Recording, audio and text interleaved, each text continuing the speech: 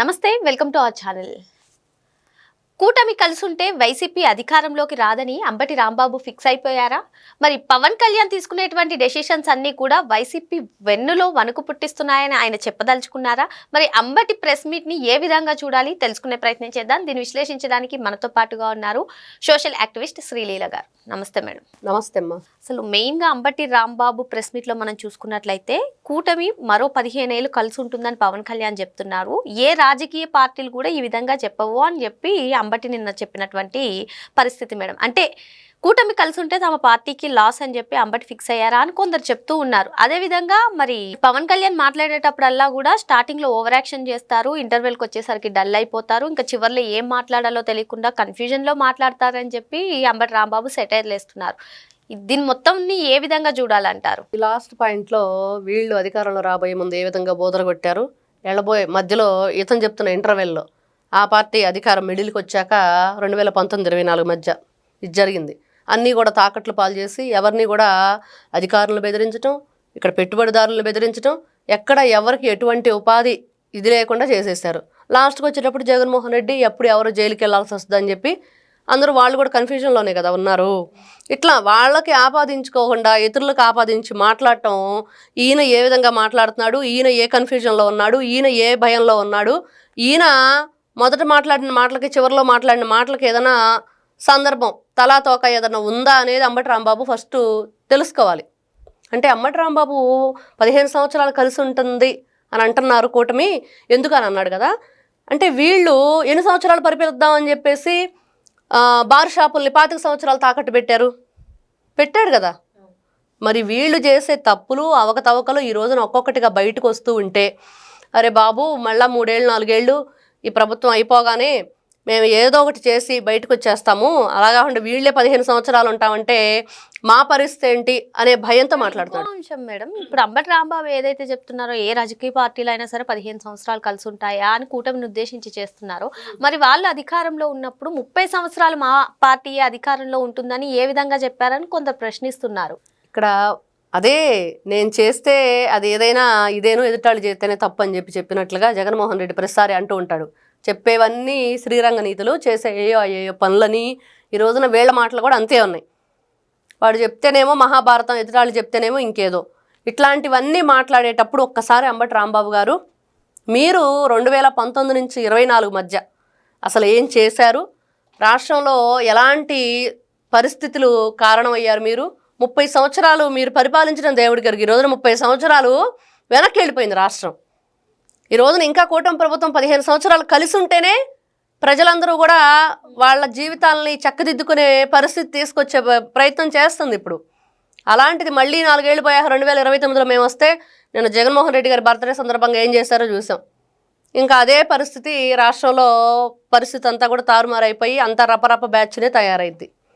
అంటే ఈ రోజున అంబటి రాంబాబు మాటలనాలో అరుపులనాలో ఆయనకే తెలియాలి అది. మరి ఇట్లాంటి వ్యాఖ్యలు చేసేటప్పుడు ఎందుకు చేశాడు, ఈ విధంగా మాట్లాడటానికి కారణం ఏంటి, స్క్రిప్ట్ ఎవరిచ్చారు, ఫస్ట్ అది చెప్పి మాట్లాడితే బాగుండేది. ఆ స్క్రిప్ట్ చదివేటప్పుడు మరి జగన్మోహన్ రెడ్డి ఇచ్చాడా, సజ్జల రామకృష్ణారెడ్డి ఇచ్చాడా, మరి ఎవరు ఇచ్చారు, సాక్షి ఛానల్ నుంచి వచ్చిందా స్క్రిప్టు, అది కూడా చెప్పి ఇదిగో పలానా దగ్గర నుంచి నాకు స్క్రిప్ట్ వచ్చింది నేను చదువుతాను అంటే తెలుస్తుంది. ఓహో ఈయన మాటలు కాదు ఎవరో చెప్తే చేస్తున్నాడని. మరి అంతే కదా. ఈ రోజున పవన్ కళ్యాణ్ గారి మీద ఈయన మాట్లాడుతూ కులాన్ని తెస్తున్నాడు, అన్నదమ్ముల సంబంధాలను తీసుకొస్తున్నాడు. మరి నాగబాబుకి ఎందుకు ఇచ్చాడు ఎమ్మెల్సీ అంటున్నాడు. అదేవిధంగా ఎంపీల స్థానాలు కూడా కాపులకి ఎందుకు ఇచ్చాడని. అంటే ఇక్కడ కుల విభేదాలని, అన్నదమ్ముల కుటుంబ వ్యవహారాలని, మరి వీళ్ళు రాజకీయంగా ఈ రోజున కూటమి ప్రభుత్వం చేసే అభివృద్ధిని దాంట్లో ఏదైనా లోటుపాట్లు ఉంటే వాటి గురించి మాట్లాడండి. ఇక్కడ వీళ్ళు రాజకీయంగా ఏది మాట్లాడలేక, క్వశ్చన్ చేయడానికి ఏది లేక ఈ మాటలు. మరి ఈ రోజున జగన్మోహన్ రెడ్డి గారు అధికారంలో ఉన్నప్పుడు వాళ్ళు చేసిన అవకతవకలు ఈ రోజున శిక్ష అనుభవిస్తుంది ఎవరు, రాజకసిరెడ్డి, మరి ఎవరైతే ఈ కృష్ణమోహన్ రెడ్డి, మరి ఎంతమంది వీళ్ళందరూ రెడ్లే కదా. చెవిరెడ్డి భాస్కర్ రెడ్డి, ధర్మారెడ్డి, సుబ్బారెడ్డి, మరి భూమన కరుణాకర్ రెడ్డి. మరి ఈ రెడ్డి బ్యాచ్ ఏంటో ఆయనే సమాధానం చెప్పాలి. ఇచ్చిన 2 ఎంపీ స్థానాల గురించి నువ్వు మాట్లాడుతున్నావు, మరి వీళ్ళ గురించి నువ్వేం సమాధానం చెప్తావో చెప్పు. మరి ఇవన్నీ సమాధానం నువ్వు ఈ రోజున చేతగాక, లేకపోతే మాట్లాడటం కుదరక, ఏం చెయ్యాలో అర్థం కాక మీరు మాట్లాడుతున్నారు. అన్నీ అయిపోయినాయి. 2019 నుంచి 24 మధ్య ఏం చేశారో చూసాం. ఈ రోజున మీరు మాట్లాడుతున్న మాటలు, గతంలో మీరు చేసిన పనులు, మరి ఈ రోజున కూటమి ప్రభుత్వాన్ని మీకు చేతనైతే రాజకీయంగా ఎదుర్కోండి. అక్రమ కేసులు అనేదో మాట్లాడాడు అంబటి రాంబాబు. మీరు అక్రమాలు చేశారు, అన్యాయాలు చేశారు, దోపిడీలు చేశారు, దౌర్జన్యాలు చేశారు. సరే, నువ్వు అక్రమ కేసులు అంటున్నావు. మరి లాయర్ని అని చెప్పి రోజు కోర్టు వేసుకొని వచ్చినట్టున్నాడు. మరి కేసులు నేను వాదించవచ్చుగా, తీసుకొని నిరూపించవచ్చుగా కోర్టులో.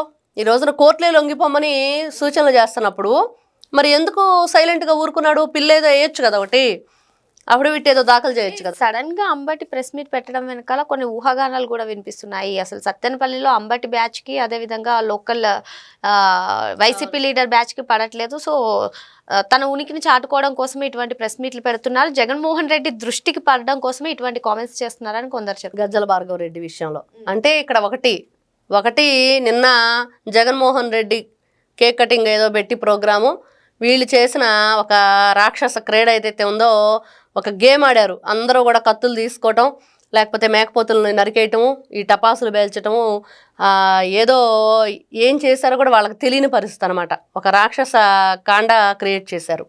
దాని మీద ఎంతమంది మీద కేసులు నమోదైనవి, గర్భిణీ మహిళలను కాలుతో దన్నారు.